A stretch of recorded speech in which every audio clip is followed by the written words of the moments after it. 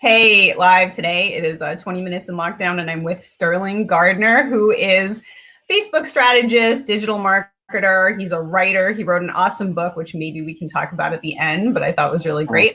And he's a pretty creative brain, pretty smart. And I thought it was important to have him on because if you have a business, if you manage a brand, maybe via somebody else, or if you have a message to communicate, it could be really, really difficult at this time. It's just very disorienting. Or racial tensions. You got that little thing called COVID. There's so many things happening. There were locusts in Kenya. I mean, you name it. You know, somebody just told me about a 17-foot python in Florida. So it's all happening. And how do you navigate this? So first of all, welcome. Say hey. And I'm sure when you start talking, the birds are going to be chirping, which is awesome. So I'm looking forward to getting some nature infused in this chat. But how are you? I'm doing great. How are you? I'm good. All right. So let's start off by the burning question. When something happens like this, and a lot of people related it to 9/11, but this COVID pandemic, there was a lot of tone deaf shit that went on, right? Yeah. Right away, people were like, oh my God, I have no money. I better start making money. Let me go sell, a $1 million course and tell people they're going to make $5 million, or let me go do this and let me go do that. Is there a guideline for an appropriate time to step back when things happen, so it's not disrespectful when you're marketing? And when is that right time to sort of start to come back, being that you don't want to be asleep at the wheel? Well, we actually first connected on the subject when COVID was 6 weeks ago or whatever, when that was like blowing up. And I feel like we're going through so many phases so quick, like things are iterating so quickly. Even if you hadn't tossed in the crazy rioting and all the stuff that's like another added layer, right? So the one thing I did, which was, so I have a lot of clients and we mostly specialize in Facebook ads, and I was like, well, COVID's going down. You can't not address it. How do we address it? And I started to think, and I called my team together, and then I would meet with all of my clients, and I thought, okay, because I'm a consumer too. So it's like, what are the two things right now? I didn't know there were two things, but I was like, what are the things right now that people need more than anything else? And after some soul searching and just thinking about it, I said, right now they need leadership, because they don't know who to talk to, who to follow, who to listen to. But if they have some brand loyalty, you need to step up as a leader and just address what's going on. And the second thing was community, because we were all scared. We were all locked into our place. So we met with each one of our clients and said, okay, we're not going to go. We basically kind of paused like it's not hardcore selling. It's not like we're used car salesmen or whatever, but I mean, just the traditional sales type ads. And we just started to put out content that was on brand, in their voice, caring, and talking about, hey, let us know how we can be there for you. Let us know how we can galvanize our people for you. So that was the subconscious message, is if you're putting that out there, that you are a leader in that space and you want to create a community. So that's what we did for the first couple of weeks. It worked really, really well, actually. We just wrote some blogs that were about community and what you can do to stay safe. And like, I have a client who sells baby clothes, and we're like, okay, we're going to pause the sale of clothes, but we put together this giant list of things you can do at home with your children right now during quarantine. So it was really kind of shifting your perspective of how you show up for your audience.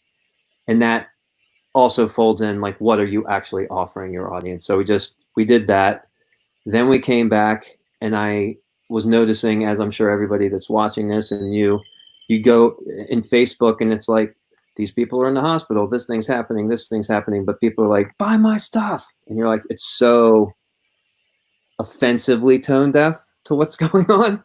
And it feels very heartless. At the same time, you're like, I have to make a living. What do I do? It's that crossroads.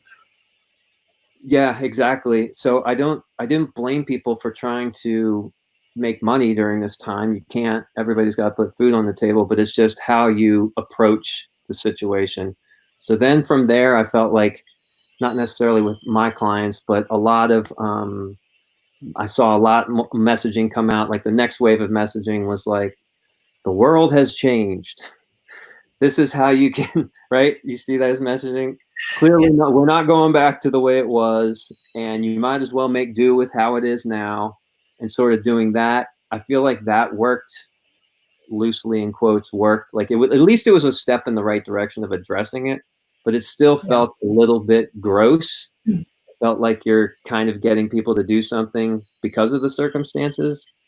Well, that begs the question, how much is too much with that kind of stuff? You know what I mean? Like, it was always like this. I get the whole alone together. I saw a really funny meme. It was like, one more celebrity tells me we're in this together, I'm going to send them my electric bill. You know? Yeah. Like, it stops being effective. I mean, like, in that, you're right. Like, that lasted a little bit of time. You know, the whole, that felt kind of gross too. Then you feel like it felt like the messaging was kind of taking advantage of people's fear to then get them to buy something. So I saw those messages come and go after about the course of a week. And then it sort of strangely went back into this place where, like, my clients that sell digital products had the best months ever because people were home. So if you're asking somebody, hey, sign up for my webinar or watch this video that's 20 minutes long, people had the time to do it. And then they also had the time to take the course or consume whatever that product was while they were home. And I had one client he coaches artists. So we came up, thank God, it turned out to be a gangbuster thing, but we did a quarantine art challenge. So we threw together this big group. People were home painting and communing and all that stuff. And he emerged as a leader, and he did this 30-day challenge. And at the end, hey, if you want to continue on with us, we have this low price course. And that was a $297 course. We spent $3,000 and we made him $144,000. So that tells you how it was just the perfect timing, the perfect messaging. We're in this together. Let's do this thing together. I can teach you through this. And it worked great. Then, as you know, the last couple of weeks, there was like, should we be advertising while cities are on fire and people are getting lynched? I mean, just all kinds of craziness. And then some of my clients, about half of them chose to do the blackout last week. So from Tuesday through Friday, a lot of people weren't advertising at all. To answer your question, how do you know it's too far? I just feel like you need somebody who's an empath on your team or on the marketing side to say, let's kind of take a pulse of what's going on. Let's look at the comments that are on the ads. Let's look at the comments on the post. You're getting a flood of horrible comments. That's obviously wrong messaging. Let's delete that post. So it's subjective. And I feel like you have to have some semblance of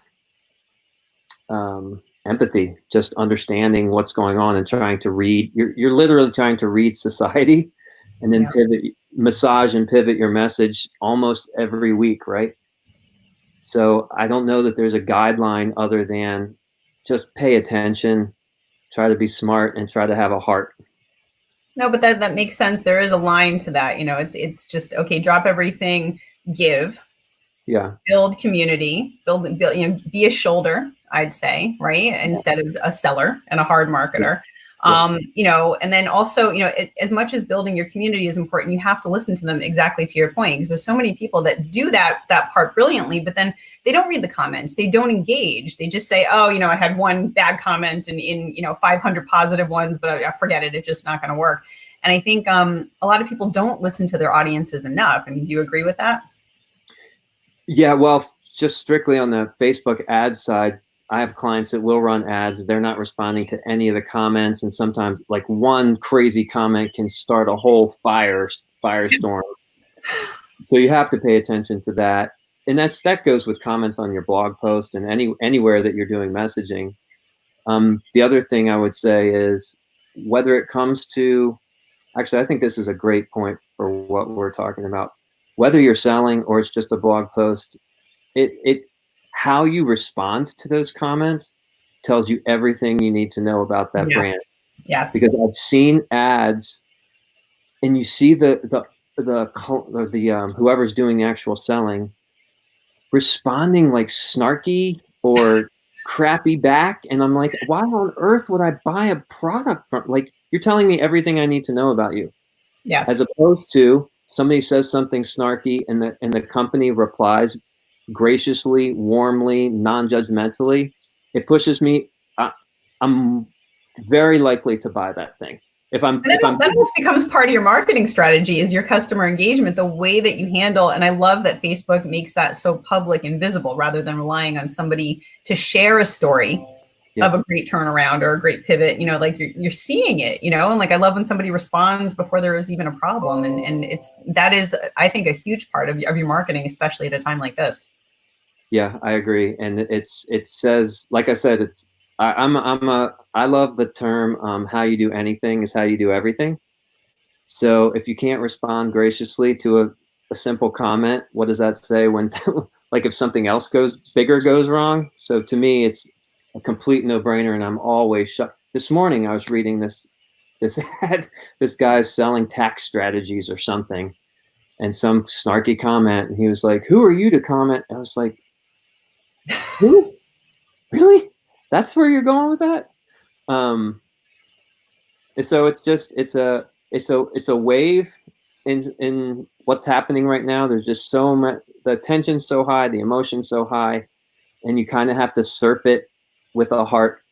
Do your best. It's important. Do your best to ride it with a good open heart, and you might make a mistake. You're not gonna make everyone happy all the time, but if you feel like you're showing up authentically and helping people, that's literally, right before we got on, we were saying, this is all I can do. This is all I know how to do. Yeah. Just show up and be there, and know you're going to probably take a punch from somebody who's in a bad mood on Facebook or whatever, right? That's unavoidable, but how you respond to it is everything. 100%. And you've done some really funny things. You've done edgy things. What do you say about integrating humor in when, because that's always my default. I mean, I laugh when I fall. I laugh when other people fall. You know, I'm just that kind of person. But, you know, I think it's important. I think we lose humor a lot in these situations, but is it ever appropriate? When is it appropriate? You know, what are your thoughts on that? Being the humorist that you are.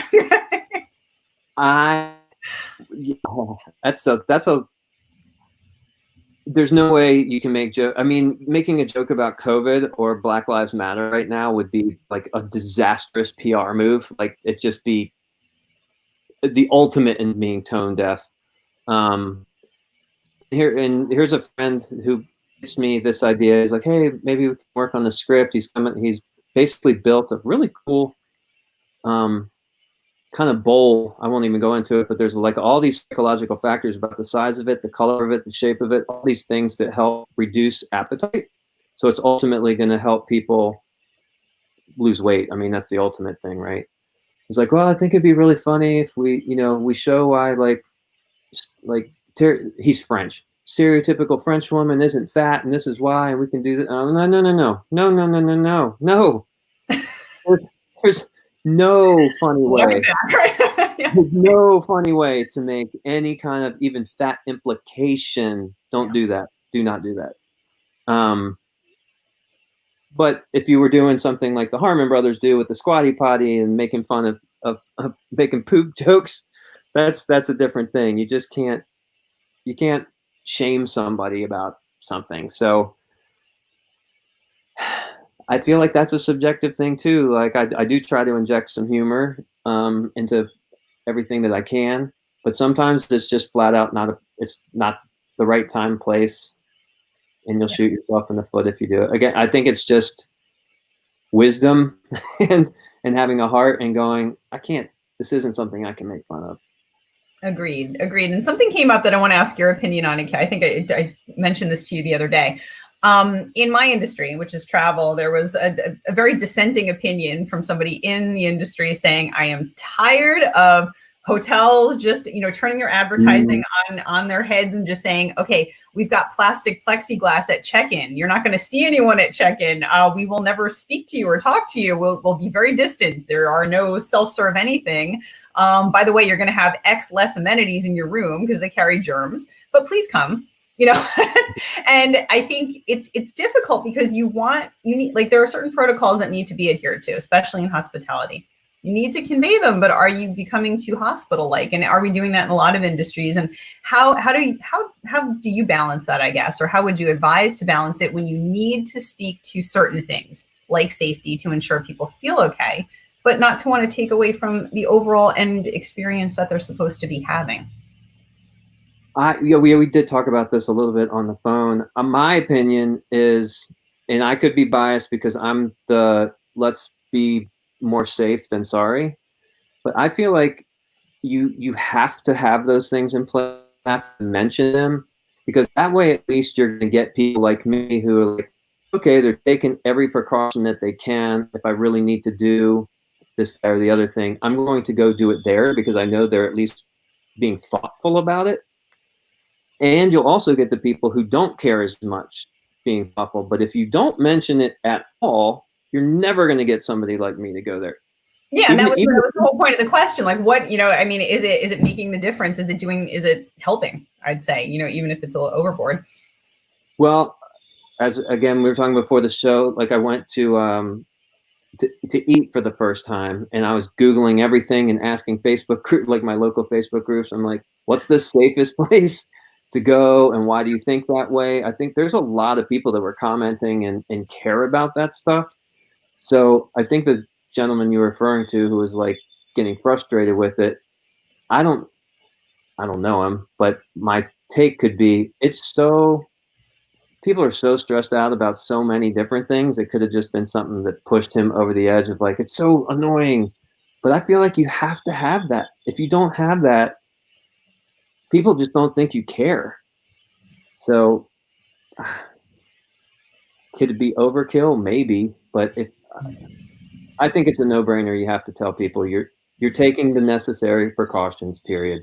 We had contractors come out to look at the siding on our house, and if they didn't say on their site or in their messaging, we're taking all the necessary precautions, we'll stay social distance, we didn't have them out. They might still do it, but they didn't tell us. So why? If I have a choice between somebody that is and somebody that isn't, of course I'm going to take somebody that, even if they're pretending to care, at least I perceive them to care, right? They put the effort in. No, I agree with that. And I think it has to be mentioned. And this is far too big of an issue not to talk about. I think the question is, how do you balance it with, okay, trying to discuss the end result of what you want somebody to feel, without making them too nervous, that it's too clinical. I think going out to eat is a huge example. I haven't really been yet, I'm in the same boat, gotta see what, who's doing it right and all of that. But do you have any brands that you like, that you think have done it right or have been really balanced throughout this whole thing? Or maybe an example that you would point to somebody that's done it the right way? No, the only thing I can really draw from is like my own personal experience. We do have a client who sells sustainable, eco-friendly, no dye stuff, children's clothes, and they did a thing where they had these scarves, and they're one of the owners and their young kids was stuck in, I can't remember whatever country it was, and they were trying to get out on one of the last flights before they shut down all the flights. Yeah. And she did a completely organic picture, like selfie with her and her son, just had these covered up with these scarves, telling the story like, we didn't want to travel, we did the best we could with what we have. And people just started clicking on that. That was just an organic post, and clicking and like going to buy these scarves. So I feel like that may not be the best example because it wasn't an intentional salesy thing, but it was from the heart and it resulted in sales, if that makes sense. As far as who's doing it right, I can say that I'm probably a little bit more on that guy's side. Now, he was talking about hotels, like getting frustrated with them. I feel like every commercial on television, and you're just like, I know they all mention COVID, and they all mention how we're doing this, that, and the other thing. And you're like, I know, thank God you should. But it's like the messaging, I may be contradicting myself, but I feel like that messaging is getting tired. Like at a certain point, it should just be known that you do these things, but I don't know what that date is. None of us know. We're just operating with, it's a moving goalpost. Doesn't matter what your industry is. And I think, I wonder what the future is for that. Like, is that just going to be, standard? Is this temporary until something is found to sort of stave it off or cure it? We don't know. But I think in the meantime, do you foresee this just being just a simple, basic part of marketing moving forward in every forum? Until there's some conclusive vaccine / cure, I think people are going to have to make mention of it. And that's, I don't even like to think about that, but it is what it is. And we're, like you said, we're doing the best we can every day. And look, something crazy could happen in 2 weeks and there's like this whole new weird pivot that we can't even predict, but and it probably will. But right now we have to deal with COVID, period. Yeah.